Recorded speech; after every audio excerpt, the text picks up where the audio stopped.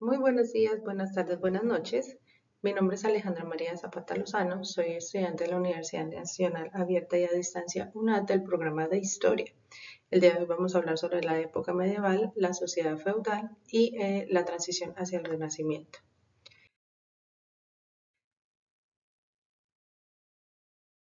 Una breve introducción o una breve abrebocas sobre este tema es que la Edad Media se basó por una estructura social jerárquica dominada por la Iglesia y el feudalismo, con una visión teocéntrica del mundo, que quiere decir de que el Dios era el todo, de que todo tenía que basarse alrededor de lo que dijera Dios y por ende ellos decían que Dios les hablaba a los de la Iglesia.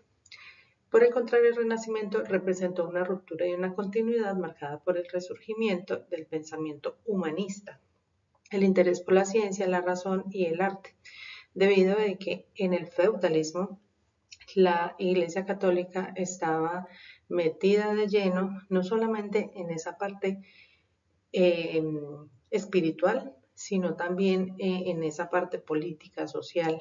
Entonces, todo lo que usted pensaba, todo lo que usted decía, tenía que tener prácticamente una aprobación por ellos. Y si usted estaba en contra de lo que ellos decían, entonces usted podía ser castigado, inclusive con penas de muerte. Esta transición significó uno de los procesos más importantes de la historia, transformando la manera de entender la sociedad, el conocimiento y la cultura, porque eso hizo o conllevó a lo que actualmente tenemos. Las principales características de la Edad Media fueron que el feudo estaba formado por el castillo, después de ese castillo estaban las tierras que lo rodeaban, algunos era al contrario, el castillo tenía una fortaleza y dentro de ese mismo castillo tenía pues sus tierras, pero en su mayoría se podían visualizar de esta manera. Entonces acá tenemos el castillo, luego tenemos los prados del Señor en esta parte de acá y en esta parte ya era como la ciudad. Entonces, por ejemplo, acá podemos observar de que lo que nos dejaron a nosotros como historia es de que siempre va a haber una iglesia y dentro de esa iglesia hay una plaza. Y en esa plaza entonces es como donde se distribuía toda la parte de comercio. Podríamos observar de que las propiedades que estaban en ellas eran casas de los campesinos y dentro de las mismas casas estaban los establos, no eran establos aparte. Los dormitorios usualmente eran uno, máximo dos dormitorios y eran en la parte superior de la casa. Las tierras dedicaban los cultivos y se dividían en reservas y los mansos. Las primeras eran las del señor feudal, que los explotaban sus siervos, y las segundas, los mansos, eran las parcelas que el señor cedía a los campesinos libres y a cambio de que ellos le daban una parte de su cosecha, pero también les daban protección. Aquí podemos ver la pirámide del sistema feudal que se basaba en una concentración entre los nobles, que era como el sistema minoritario. Los campesinos más o menos eran un aproximado del 95 al 98% de la población y la iglesia. Entonces, en la parte superior tenemos al rey, luego tenemos un alto, el clero, lo podíamos dividir en tres, que era el alto clero, los cardenales, el obispo, que ahorita también está el papado, cardenales, obispo.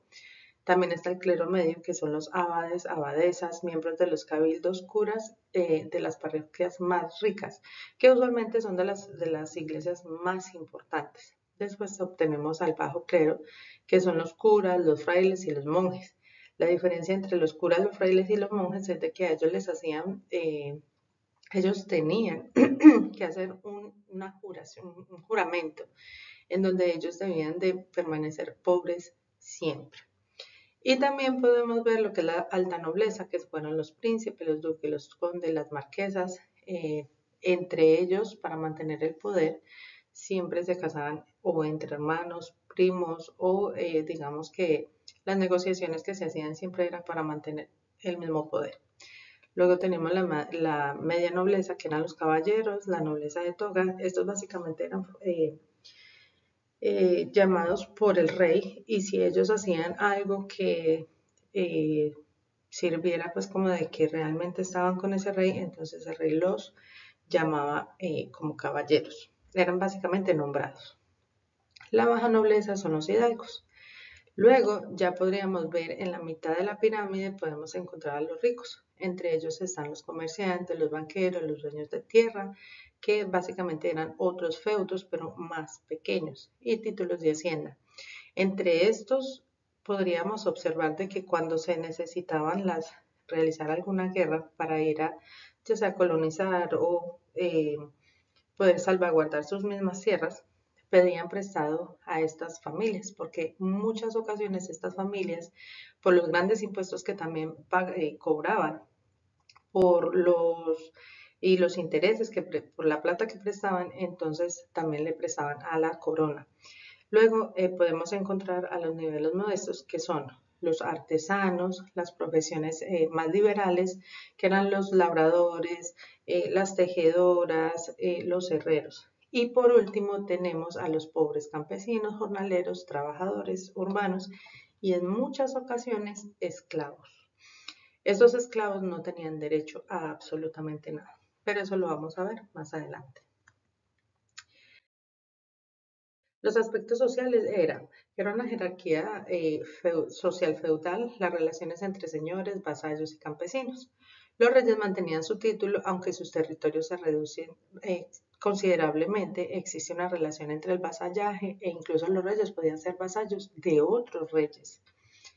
Luego tenemos los nobles. Estos solían vivir en castillos que estaban en su feudo. Ejercían el poder en sus tierras y eran vasallos del rey o de otro noble. Caballeros y los campesinos, lo que hablábamos ahorita en la pirámide. También tenemos acá como la organización de lo que hablábamos, pero ya digamos más desglosado. Entonces acá podemos ver el castillo, quiénes podían vivir en ese castillo, qué se hacía en ese castillo, los monasterios en muchas ocasiones, especialmente cuando fueron rurales, eran muchísimo más grandes, abarcaban casi lo de una ciudad. Y también estaba la ciudad y pues ya en esta parte de acá lo que era la aldea y lo que podían hacer en esas aldeas. Acá tenemos la iglesia como centro político, cultural y espiritual, lo que hablábamos en el principio. La iglesia está presente en todos los tratados políticos que solían adoptar una forma de juramento y matrimonios. Ellos básicamente también tenían el poder sobre el rey. La iglesia mantuvo ejércitos propios, por ende ellos realizaron también las cruzadas, aunque las cruzadas también vinieron a hacerse mucho sobre el Renacimiento, pero básicamente las cruzadas que empezaron entre los 800 aproximadamente y el 1100, ellas pues básicamente sucedieron durante el feudalismo. La iglesia mantuvo pues estos ejércitos, hizo llamamientos de guerra santa, las cruzadas como el Islam y los herejes. Además intentó regular la actividad guerrera mediante llamamientos a la tregua de Dios, domingos o otras fiestas. La paz de Dios que prohibía ataques contra otras personas y lugares indefensos. Ellos proclamaban de que dentro de que si había una guerra y querían pausar esa guerra, ellos proclamaban de que no se podía entrar ni a las iglesias, ni a los monasterios, ni a nada que tuviera que abarcar a una parte de ellos, y así se salvaguardaban entre ellos, y quien rompiera con esas reglas, siendo rey, vasallos, el que fuera, básicamente era como excomulgado. La iglesia también, pues en sí, lo que hablábamos ahorita, tenía su división, que ellos ejercían una labor de control social, justificando la situación en que la nobleza y el clero se beneficiaban del trabajo de los campesinos. La iglesia se sancionaba esa situación como un orden natural de las cosas, querido por Dios. ¿Qué quería decir? De que a ellos Dios les hablaba y decía, así es como Él quiere que sean las cosas. Usted es esclavo porque Dios quiere que usted sea esclavo y usted no puede renegar de su situación. Además, la iglesia actúa como un señor de distintos territorios feudales pertenecientes a la iglesia, como los monasterios. Las cruzadas. Los lugares donde había vivido Cristo, especialmente en Jerusalén o Tierra Santa, se convirtieron en centros de peregrinación para los cristianos, pero estaban a mano de los musulmanes. En el siglo XI, Jerusalén fue ocupada por los turcos, un pueblo islamizado muy belicoso que empezó a impedir el acceso a la ciudad y a maltratar a los peregrinos. Por estas razones, en el año 1095, el Papa Urbano II llamó a los cristianos para liberar Tierra Santa de los infieles y también llamado a los no cristianos prometiendo la salvación eterna a quienes pudieran participar. Pero entre estas cruzadas no solamente fueron una, fueron varias, fueron aproximadamente 5 divisiones y entre esas mismas cruzadas también se peleaban. Las principales cruzadas fueron la primera cruzada, que fue aproximadamente entre 1095 y 1099, por el concilio de Clermont, por el Papa Urbano II. La segunda cruzada fue entre 1147 y 1149, pero estos definitivamente pues perdieron. Fue más la pérdida humana que tuvieron por este lado de los cristianos. La tercera cruzada entre 1189 y 1192, y este fue provocado por el sultán Saladino. Hay una película en Netflix y es muy buena porque abarca un poquito de cómo mantuvieron la paz por un tiempo y luego por estas cruzadas como que dieron un traspié para que Saladino pues pudiera como tener Tierra Santa durante un tiempo y fue una de las masacres más grandes que ha habido también en la historia. La Cuarta Cruzada fue aproximadamente entre 1202 y 1204. La quinta fue dirigida por el señor Francés Juan Brienne y el rey de Hungría y no dio ningún resultado. O sea, fue básicamente otra vez más pérdidas humanas. Entre ellas la sexta, la séptima y por último la octava cruzada, que también fue llamada la Cruzada de Túnez. Terminó con la muerte de Luis de Francia, más tarde San Luis, víctima de la peste negra. El arte religioso románico y gótico. Aquí podemos observar cómo estaba constituida aproximadamente las estructuras de las iglesias góticas, en donde siempre terminaban pues como en punta, donde habían varios pináculos, la división, por ejemplo, para poder ellos realizar las criptas. Y en el lado izquierdo, acá podemos obtener el retablo de Bejstad en Cracovia. Es un arte gótico que se encuentra dentro de una de las catedrales más importantes de este país. El arte religioso también podemos observar, por ejemplo, la iglesia de San Pedro frente a la puerta de Alcázar. Miremos acá, básicamente siempre estaban en punta, terminando en punta, o cuando tenían estos domos acá, procuraban terminarlo hacia arriba porque era como tener una conexión hacia Dios. Eso dice pues supuestamente la historia. La iglesia de San Vicente de Medallos en el siglo XII. Entonces acá podemos observar de que, digamos, ese arte, básicamente sus construcciones estaban terminadas acá también en arcos. Tenemos acá la visión teocéntrica, que Dios como centro de todo, de la vida. Entonces el Papa actúa como un rey más en los estados de la iglesia, situación especialmente en Italia. Además, los señores eclesiásticos se extienden por toda Europa. Gran parte de los impuestos y de las rentas que allí se cobraban iban a parar especialmente en Roma. La sociedad jerarquizada con escasa movilidad social. La sociedad se caracterizaba por la desigualdad entre los grupos y estaba dividida entre los llamados estamentos u órdenes, a los que se le pertenecía el nacimiento para toda la vida y tenían una encomienda en la vida. Básicamente, en este momento, uno de los países que todavía en ciertos lugares, no en todo el país, pero en ciertos lugares, es la India, en donde si usted nace como jornalero o su padre fue jornalero o lo que conllevaba pues en su familia, usted tenía que seguir siendo eso, usted no puede como ir escalando.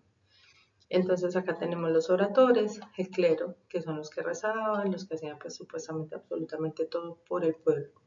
Luego los bellatores, que es la nobleza, y son los que defendían, o los ejércitos de la misma iglesia. Y los laboradores, el tercer estado, que eran los que trabajaban. Aquí tenemos el aspecto económico, entonces podemos ver cómo estaba dividido y cómo podían hacer ellos como estas cosechas.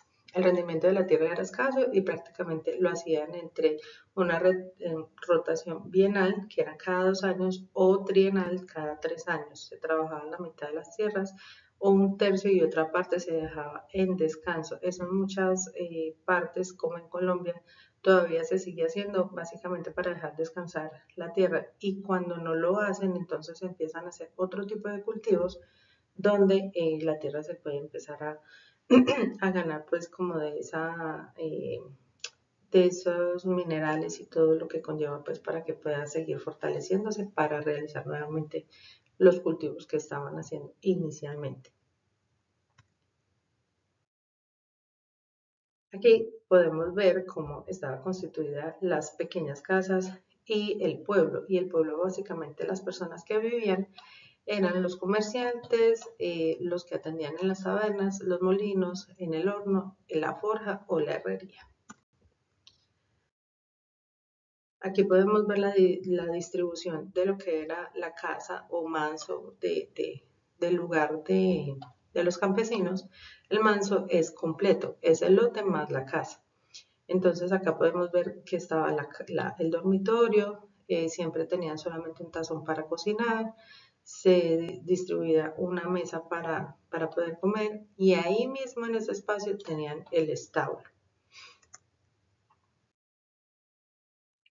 Los campesinos y el feudo nacían y morían en esa condición y se distinguen por dos categorías. Los campesinos libres, que a ellos se les llaman como los villanos porque en muchas ocasiones eran muchísimo peores que el mismo señor feudal. Estos eran propietarios de tierra, pero les tocaba trabajar bastante duro, y aunque decían ser libres, todavía estaban atados como a lo que les decía el Señor. Y los siervos que no tenían libertad personal y estaban ligados a la tierra del Señor. No podían abandonar las tierras, ni casarse, ni dejar herencia sin el permiso del Señor feudal. Como decíamos, acá ellos tenían que trabajar duramente para poder subsistir, porque no vivían, subsistían.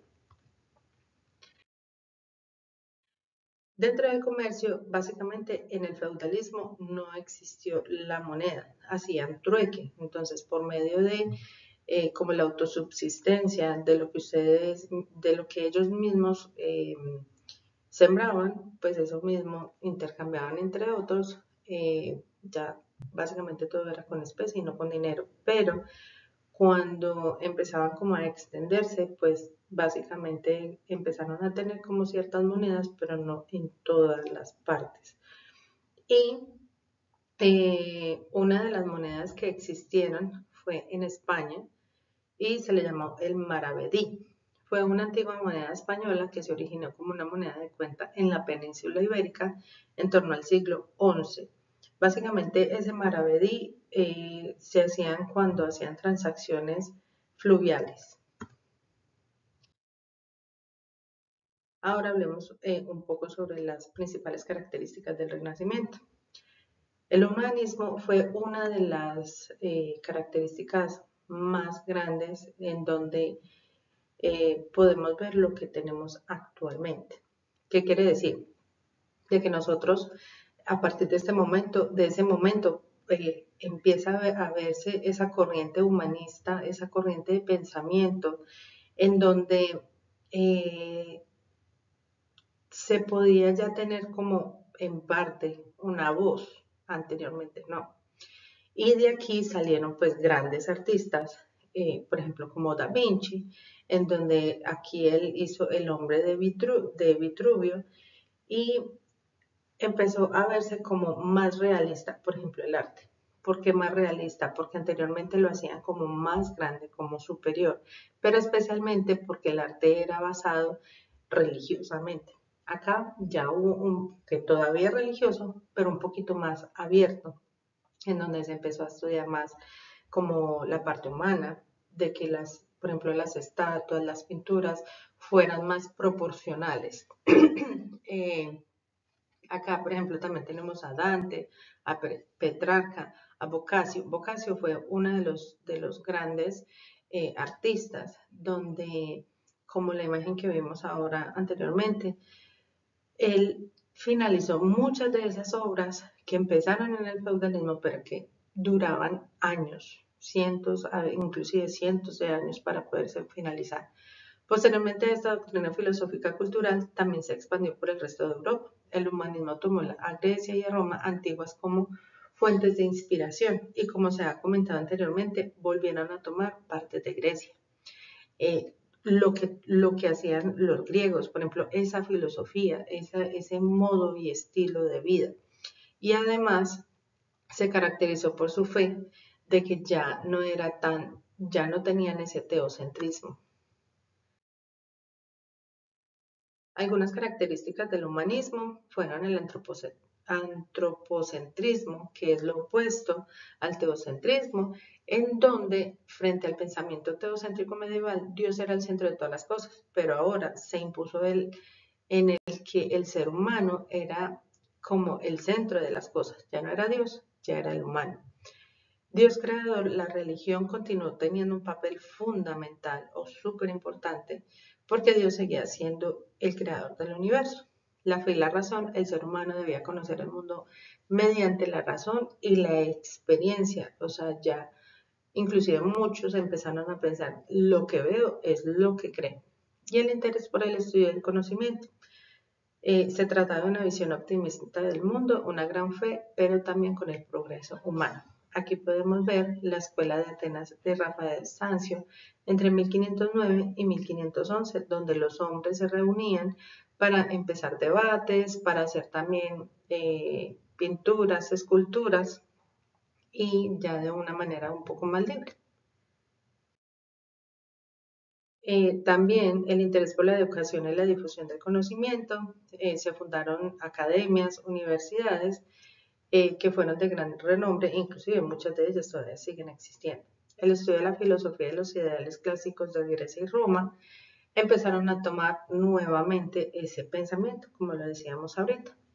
Y el ideal del ser humano libre, que consideraba que Dios había creado al humano libre y responsable de sus actos y no para estarle sirviendo a otros y de una manera esclavista. El desarrollo de la ciencia, la razón y la observación. Se impulsó una nueva forma de pensar basada en la razón y la experimentación. Los científicos comenzaron a observar directamente la naturaleza en lugar de aceptar explicaciones tradicionales.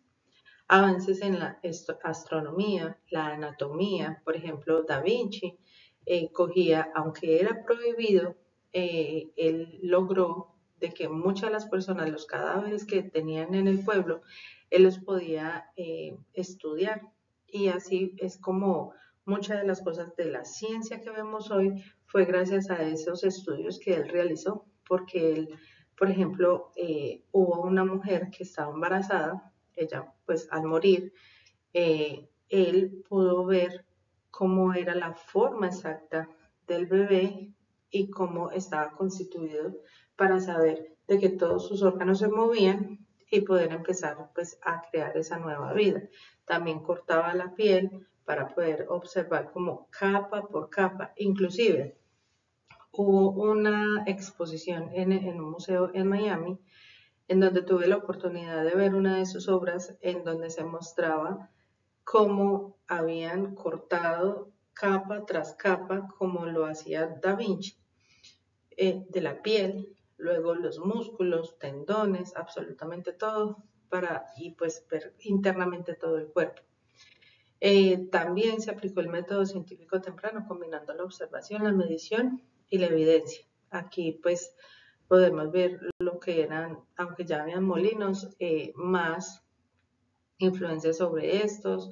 Por ejemplo, de acá se pudo ver lo que era como los trazos de lo que ahorita tenemos como los helicópteros y entre otros. también el avance del arte y la arquitectura, las técnicas de pintura, por ejemplo, podemos ver en la Gioconda o también llamada Mona Lisa, era una transición borrosa y suave, básicamente era de difuminación.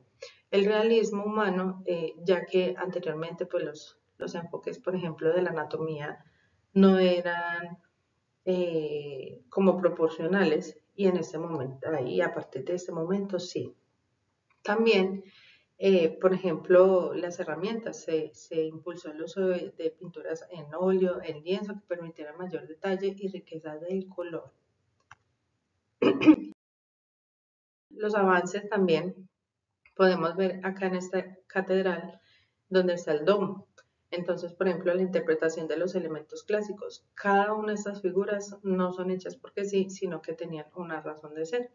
Entonces, por ejemplo, las pilastras, las columnas, los frotones, los arcos de medio punto, que tuvieran una armonía y una proporción, una simetría, el equilibrio, pues que fuera proporcional e ideal.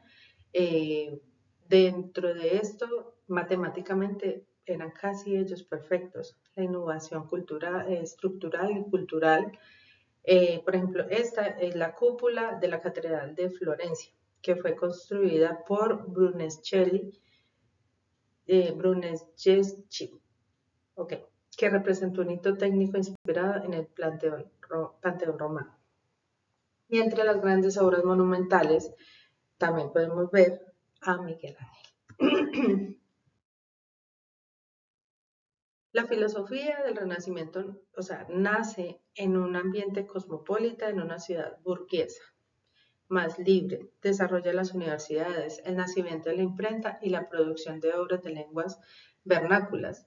Pudieron realizar, por ejemplo, la imprenta porque por medio de que empezaron a haber comercio con China, conocieron también lo que era pues el papiro, conocieron lo que era ya el papel como tal, entonces también pudieron observarse lo que era la imprenta, la caída del cuestionamiento del pensamiento predominante en la edad y el aristotelismo, también la desintegración del pensamiento teocéntrico y el ser humano pasa a ser básicamente a un mejor plano y decían que ellos no podían tutelar, o sea, a nivel político, y tenían pues como esa autonomía.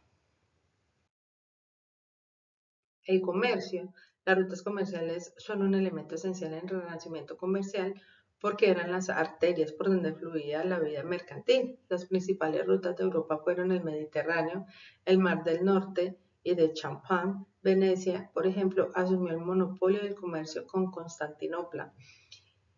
Durante las cruzadas y al, digamos, islamizarse tantos territorios, estos territorios después de la peste negra empezó un resurgimiento por parte de los europeos, en donde entre 1700 y 1800 hubo un cambio muy, muy grande en donde los europeos, especialmente los franceses y los ingleses, empezaron a tener un poco más de dominio sobre todas estas tierras y a ir como apartando a los musulmanes pues de Constantinopla, que es el actual Estambul.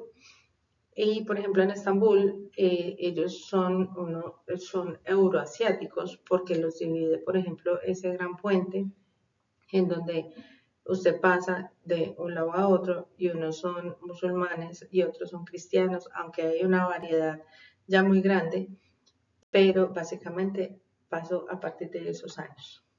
La economía, la agricultura, la economía era renacentista, se basaba principalmente en el mundo agrario, manteniendo cierto comercio e intercambio de productos agrarios entre los distintos territorios, o sea, se mantenía en parte lo que traía desde la Edad Media por medio del feudalismo, pero ahora pues con algunos cambios.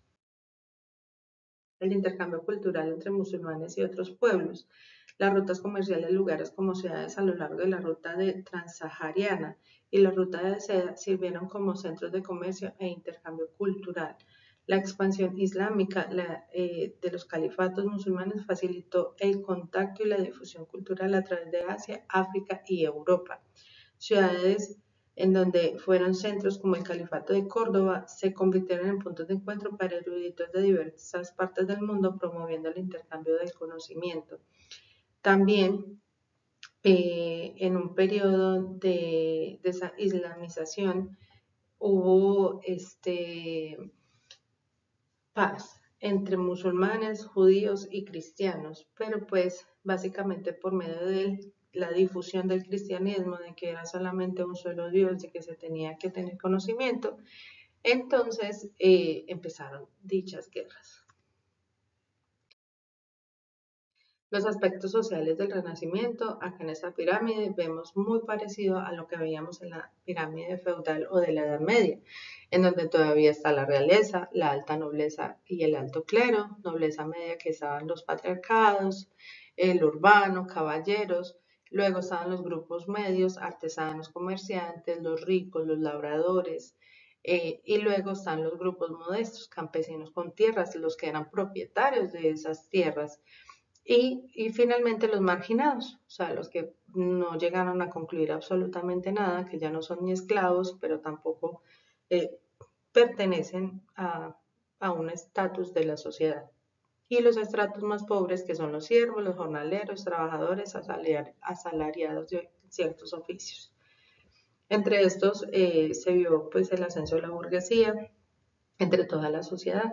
Esta comenzó a tener un cambio del crecimiento en ciudades como el comercio. Entre tanto, apareció una nueva clase social. Entonces, estaban conformadas por los comerciantes, los banqueros y los artesanos, en donde ellos antes estaban en la mitad de la pirámide, pero hacia la parte baja, ahora están en la mitad de la pirámide, pero hacia la parte alta, a diferencia del sistema inflexible del feudalismo medieval. También la transición de estas épocas se desató la educación y el humanismo, donde provocó una nueva visión del ser humano, conocida como el antropocentrismo o centro del mundo. Aquí algunas mujeres podían eh, estudiar en ciertas universidades, pero tenían que trasladarse a ellas porque no en toda Europa era bien visto esto. Y en los aspectos sociales se otorgó relevancia al individuo. Hubo un gran crecimiento entre las ciudades, por ende estas se convirtieron en centros de arte, de cultura y pensamiento, donde actualmente están los grandes museos, son en Francia, en Inglaterra, partes de Egipto, algunos están en España, pero y en Italia pues básicamente como donde se encuentran las grandes obras pues de otros tipos también de artistas. Y durante el periodo se destacó por un poco de paz, que es de gran importancia para las relaciones entre otras culturas. Y para finalizar, durante la Alta Media se afianzó el feudalismo y sobre todo el poder de la Iglesia, continuando con una plena Edad Media en donde se caracterizó por el crecimiento de las ciudades, comercio, fue la cúspide y la parte más importante para el desarrollo de esta época. Entre tanto, la Baja Edad Media atravesó una de las peores crisis de la humanidad y fue la peste negra, que fue traída por medio del comercio con China, proporcionando los cambios sociales repercutieron pues para este momento. En el nacimiento y el renacimiento, este colocó al ser humano en el centro del humanismo, destacando el arte, especialmente el gótico, entre otros, la ciencia y la filosofía nuevamente de los griegos. Ahondando en las lecturas, se puede concluir que durante estos periodos muestran un proceso de ruptura y continuidad, donde lo medieval instituyó las bases para la modernidad. Y para tanto, muchas gracias.